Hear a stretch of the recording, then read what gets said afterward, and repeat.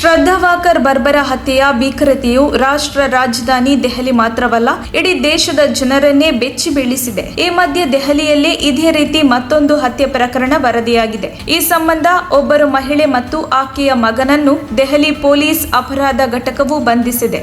ವ್ಯಕ್ತಿಯೊಬ್ಬರನ್ನು ಕೊಂದು ಆತನ ದೇಹವನ್ನು ಕತ್ತರಿಸಿ ಫ್ರಿಡ್ಜ್ನಲ್ಲಿ ಶೇಖರಿಸಿ ನಂತರ ದೇಹದ ವಿವಿಧ ಭಾಗಗಳನ್ನು ಪೂರ್ವ ದೆಹಲಿಯ ನೆರೆಹೊರೆಯ ಪ್ರದೇಶಗಳಲ್ಲಿ ಬಿಸಾಡಿದ್ದಾರೆ ಎಂದು ವರದಿಯಾಗಿದೆ. ಅಕ್ರಮ ಸಂಬಂಧದ ಹಿನ್ನೆಲೆಯಲ್ಲಿ ಅಂಜನ್ ದಾಸ್ ಎಂಬುವರನ್ನು ಅವರ ಪತ್ನಿ ಪೂನಂ ಮತ್ತು ಆಕೆಯ ಮಗ ದೀಪಕ್ ಕೊಂದಿದ್ದಾರೆ ಎಂದು ಪೊಲೀಸರಿಂದ ಪ್ರಾಥಮಿಕ ಮಾಹಿತಿಯಲ್ಲಿ ತಿಳಿದು ಬಂದಿದೆ. ಮೃತ ಸಂತ್ರಸ್ತನಿಗೆ ಮೊದಲು ನಿದ್ರೆ ಮಾತ್ರೆಗಳನ್ನು ನೀಡಿ ನಂತರ ಕೊಲೆ ಮಾಡಲಾಗಿದೆ ಎಂದು ದೆಹಲಿ ಪೊಲೀಸರು ಹೇಳಿದ್ದಾರೆ. ನಂತರ ಆರೋಪಿಗಳು ಆತನ ದೇಹವನ್ನು ಕತ್ತರಿಸಿ ಫ್ರಿಡ್ಜ್ನಲ್ಲಿ ಮೃತದೇಹದ ತುಂಡುಗಳನ್ನು ಸಂಗ್ರಹಿಸಿ ಪಾಂಡವನಗರ ಮತ್ತು ಸುತ್ತಮುತ್ತಲಿನ ಪ್ರದೇಶಗಳಲ್ಲಿ ಬಿಸಾಡಿದ್ದಾರೆ ಎಂದು ತಿಳಿದು ಬಂದಿದೆ. ನೆರೆಹೊರೆಯ ಸಿಸಿಟಿವಿ ಕ್ಯಾಮೆರಾಗಳಿಂದ ಆಘಾತಕಾರಿ ದೃಶ್ಯಾವಳಿಗಳು ದೀಪಕ್ ತಡರಾತ್ರಿಯಲ್ಲಿ ಕೈಚೀಲ ಹಿಡಿದುಕೊಂಡು ಹೋಗುತ್ತಿರುವುದನ್ನು ತೋರಿಸುತ್ತದೆ. ಇದು ದೇಹದ ತುಂಡುಗಳನ್ನು ಎಸೆಯಲು ಅವರು ಹೋಗುತ್ತಿರುವ ಘಟನೆಗಳಲ್ಲಿ ಒಂದಾಗಿದೆ ಎಂದು ಪೊಲೀಸರು ಹೇಳುತ್ತಾರೆ. ಇನ್ನು ದೀಪಕ್ ತಾಯಿ ಪೂನಂ ಸಹ ಮಗನನ್ನು ಹಿಂಬಾಲಿಸುತ್ತಿರುವುದು ದೃಶ್ಯಾವಳಿಗಳಲ್ಲಿ ಕಂಡುಬಂದಿದೆ.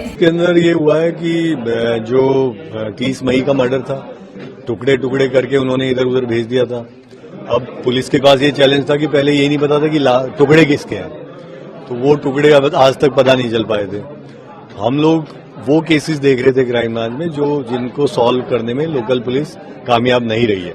तो उसके मद्देनजर इस पे हमारी ये टीम लगी और इस टीम ने पहले ये चेक किया कि यहाँ पे कोई मिसिंग था नहीं था, आसपास के थाने ये सब किया.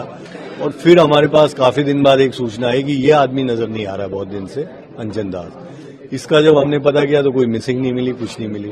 फिर ये कहाँ रहता था, किसके पास रहता था, तो हम इन दोनों के पास पहुंचे, पूनम और दीपक के पास. तब ये लंबी चौड़ी कहानी निकल के आई कि ये पूनम इसके साथ रहने लगी. पहले कल्लू के साथ रहती थी, उससे पहले सुखदेव तिवारी बिहार में इसकी शादी हुई थी और कल्लू से इसका लड़का दीपक था. और दीपक और ये दोनों इससे परेशान थे क्योंकि ये इनके पैसे भी छीन लेता था, कुछ बुरी नजर रखता था.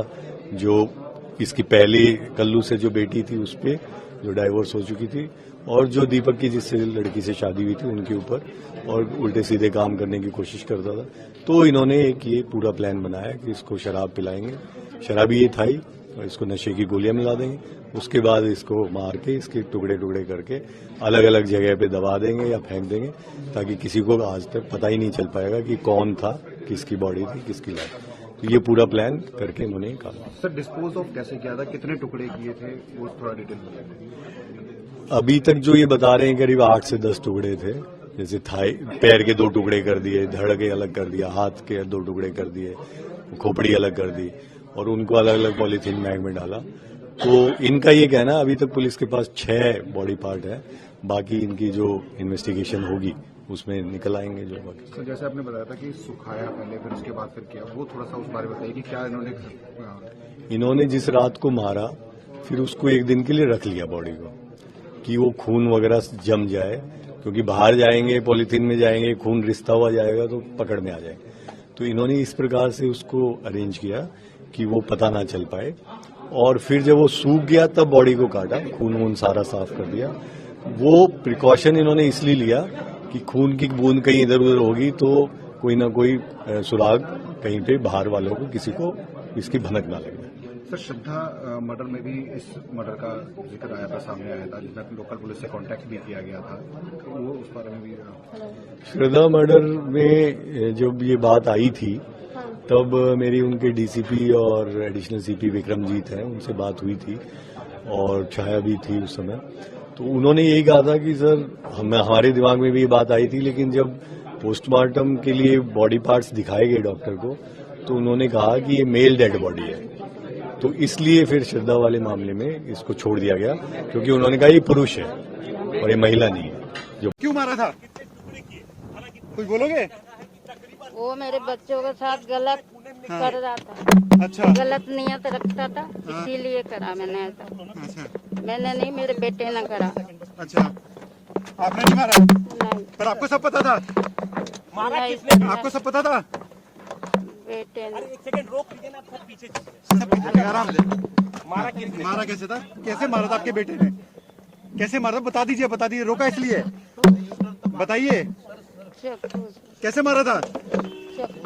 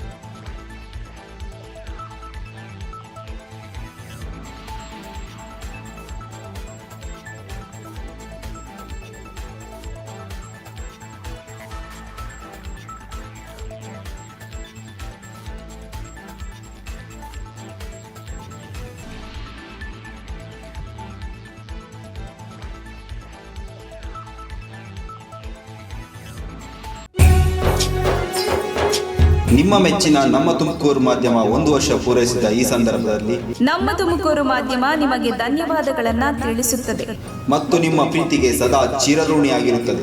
ನೀವು ನಮ್ಮ ಮೇಲೆ ಇಟ್ಟ ನಂಬಿಕೆಯನ್ನು ಉಳಿಸುವ ಪ್ರಾಮಾಣಿಕ ಪ್ರಯತ್ನವನ್ನ ನಮ್ಮ ತಂಡ ಖಂಡಿತವಾಗಿಯೂ ಮಾಡುತ್ತದೆ. ಗೆಲುವಿನ ಹಾದಿಯಲ್ಲಿ ಸದಾ ನಮ್ಮ ಜೊತೆಯಾಗಿರಿ. ನಮ್ಮ ಚಾನೆಲ್ ಅನ್ನು ಸಬ್ಸ್ಕ್ರೈಬ್ ಮಾಡಿ. ಸುದ್ದಿ ಅನ್ನೋದು ಬರೀ ಕಥೆಯಾಗದೆ ನೊಂದ ಜೀವ ಗಾಳಿಗೆ ಬೆಳಕಾಗಿದೆ, ಗೆಲುವಿನ ಹಾದಿಯಲ್ಲಿ ನಗು ಮೂಡಿದೆ.